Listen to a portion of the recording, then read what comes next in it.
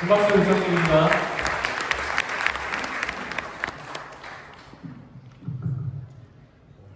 Good morning, everyone. I'm Alberto Firmo, Technical Sales Manager at Workspace. Workspace is a Japanese space tech startup, and our mission is to enable optical communication. We have a global team. Our main office is in Japan, but we also have an office in Europe, in Germany, and an office in the US, in Washington, D.C. Regarding the topic of today, currently there is a bottleneck in space communication, in particular for conventional methods like radio frequency communication. There are several major limitations for communication from space to the ground. The first one is the limited communication window due to the limited available area where you can install a ground station. The second one is the limited available frequency band, because currently there are thousands of satellites in orbit and will be many more in the future. So frequency coordination takes on average 1 to 2 years per satellite for completing the process. And the last one, for the radio frequency one, there is an upper limit on data rates of 2 kbps, so it becomes difficult to downlink the data to the ground. In the second solution, the bottleneck is the topic of today, which is of interstellar link, because interstellar links can improve the global coverage, to increase the redundancy, and also reduce the latency of the data to the ground. Also, it's possible to connect multiple orbit layers to create a network. But we are optical communication enabled, but why optical interstellar links are better? There are several benefits for optical interstellar links. The first is the higher data rate achievable. The second one is the lower power to mass requirements, and also is reduce the interference and enhance security thanks to the point-to-point communication. And lastly, they are very good for creating satellite constellation network. Of course, there are challenges for optical communication. The first is that they requires link coordination because of the point-to-point communication. Also, currently there are different standards that are being utilized. And lastly, of course, due to the physical nature of the space-to-ground links are affected by cloud coverage.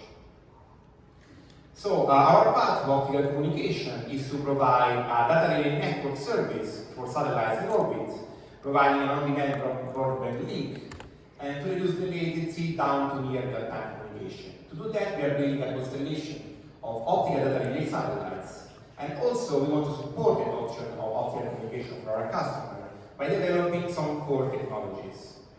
These core technologies are from the hardware side, OXI, a multi-protocol optical modem, and on the software side, a digital twin system.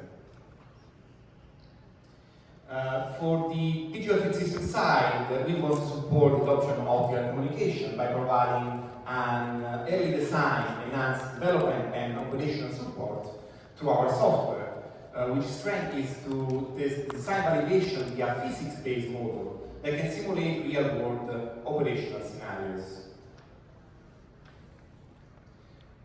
On the other side, the challenge is that currently there are different standards that are being utilized for optical communication. In the US, the SDA standard, the CCSDA standard, the European Space Agency has the new ESCOM standard, SpaceX has their own standard for Starlink, and our solution is building a multi-protocol optical model called OXI that can connect to any network. Its value is that it's a software-defined platform, so it can be reprogrammed in space or on the ground, as it works as a translator bridge between different networks and protocols, thus creating a single network. OXI will be developing two versions, an Astra version for space use, which will be more compact and radiation hardened, and a Terra version for optical ground station use. Then on the second part of the topic of today is deep space communication. Currently the development for especially optical communication in our case is focused on Earth orbit mesh networks like the Starlink is doing, like many other company wants to do, like us, and direct to Earth connection downlink. But for deep space communication, optical communication has a clear advantage as especially for long distance communication, thanks to its greater data rate to swap ratio, and making it a prime technology for lunar and deep space communication. In that sense, we contributed to in Japan to lead the communication by submitting a study report to JAXA for the system architecture for the moon to Earth communication. Our study started by dividing the moon exploration in 3 phases.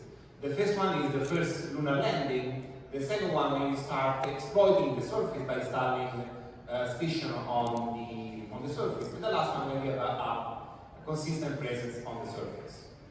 We divide the architecture in 2 segments, the moon-to-Earth communication and the lunar and near-lunar communication. For the moon-to-Earth part, we have the first part, which is the direct communication when you just land on the moon. Then when the gateway is in orbit, they relay through the gateway. And lastly, by installing a data relay network in lunar orbit. For the surface part, we have the first one with the gateway directly connecting the rovers or station on the ground, then with the relay station, the relay satellite constellation connected to the ground, and lastly we have by local lunar station they provide a local network. To do a study about lunar communication architecture, first we have to find a target location. And in our case is the lunar South Pole, which is the target region for most future lunar exploration missions. Then we find an optimal orbit analysis, visibility evaluation, and communication coverage evaluation. For that, the elliptical lunar frozen orbit are the best match in our case. Since they are stable orbit, they can cover the South Pole for longer times. We did a study in particular for a South Pole crater coverage, in particular for the Schrödinger crater, which is the picture on the right. But why did they start the lunar crater? Because they are ideal for lunar settlement.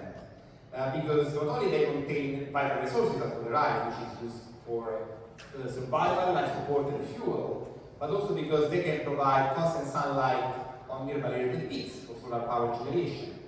And also they are geologically stable, they are flat areas, they are ideal for construction.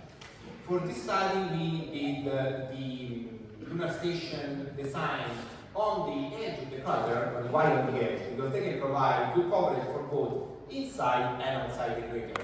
And by installing just 3 lunar stations on the edge, it's possible to cover 70% of the crater area, which is a 300 kilometer diameter here. Lastly, as a breaking news from last week, we have been selected again by JAXA for the phase 2 of this study for the lunar communication architecture. And my time is over, so yeah, thank you for listening.